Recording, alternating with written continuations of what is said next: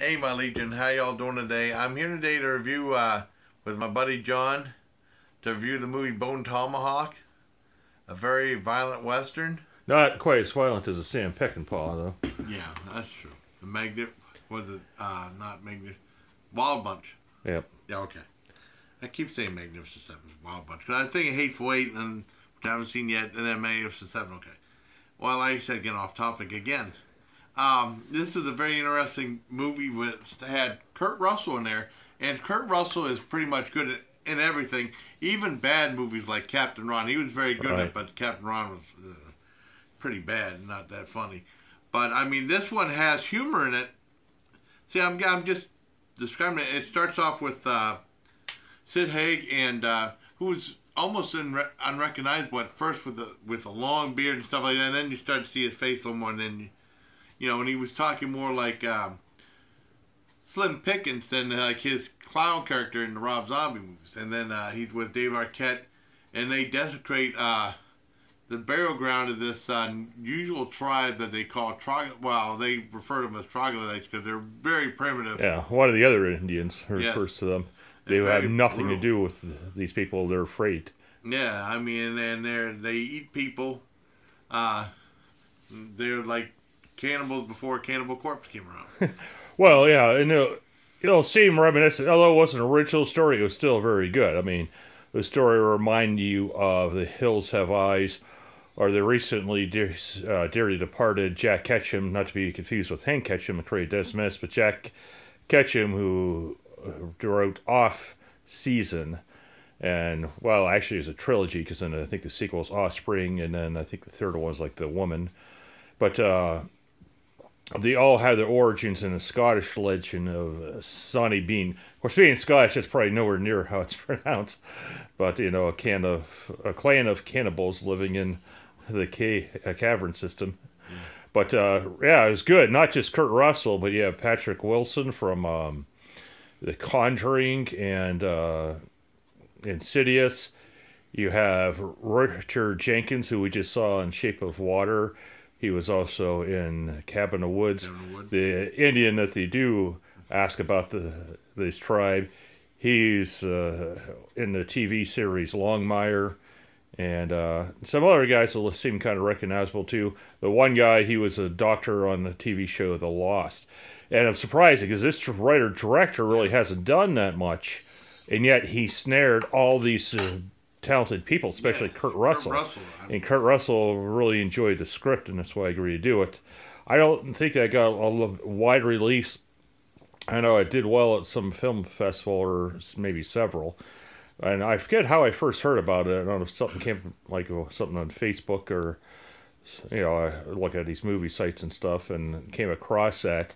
I didn't see it at the theater, but I ended up just snatching it when I saw it on sale at Walmart, and bought it because I knew I'd like it, and it was pretty good. Yeah. So not wholly original, but worth watching. Yeah. It gets very graphic, though. Oh, yeah. I mean, now, one thing I noticed with R-rated movies, if, like, you have an R-rated movie, you don't have that much swearing and nudity, they usually can get away with more violence, incredible violence, before trying to threaten you with a NC-17 or something like that. They had some disturbing like I said, cannibalism.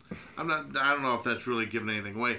Like, not really. In the terms of like maybe Green Inferno or like Cannibal Holocaust, Make Them Die Slowly, if you've ever seen any of those very good classics, which Elvira hated those because she used to host, when Thriller Video came on in the 80s, there was they usually had, Elvira hosted a bunch of the movies like Monster Club and all the Hammer films, but she wanted, they also did Make Them Die Slowly or Cannibal Ferox. I think it's pronounced Ferox, that's the Italian word. Mm-hmm. Or Dr. Butcher MD was on there, and it was also on Paragon home video. And then they had the Buried Alive movie, and she didn't host any of those. Those were more the gory Italian films. And I know Fangoria said to Mr. of the Dark Handsome Class because they hated Make Them Die Slowly. I liked the movie personally, but I'm getting off topic as usual. What happens is, they desecrate the burial ground, and then I guess they get their revenge because they arrest that guy. Yeah, I mean, it's a very drawn out, they take the time to tell the story. In the western town, they arrest the guy, David Arquette, and put him in jail. he gets shot in the leg, and that girl of that guy whose leg was also messed up. Played by Patrick Wilson. Yeah, Patrick Wilson. She came down and removed the bullet, and they had like the assistant deputy there. And then they broke in that tribe and took those people. And then they took up a whole bunch of horses and stuff and killed that one guy. Stable boy. A guy in charge of the stable, yes, stable boy. And because of this, they go and they ask Kurt Russell and the other guys to help come and save them. While they go on expedition to go and save the people that they captured, including the guy's wife. And like I said, it's like about the characters, the storyline, the humor. There's humor in it, and it's like they talk to everybody in like a respectful way. There's no like F you or and stuff like that in the movie. And it's very detailed. And then when they get to it, like the stuff really, the crap really hits the fan. You know what I mean? It's really good. Yeah, instead of Kurt Russell saying "shut your effing mouth," what's it he said?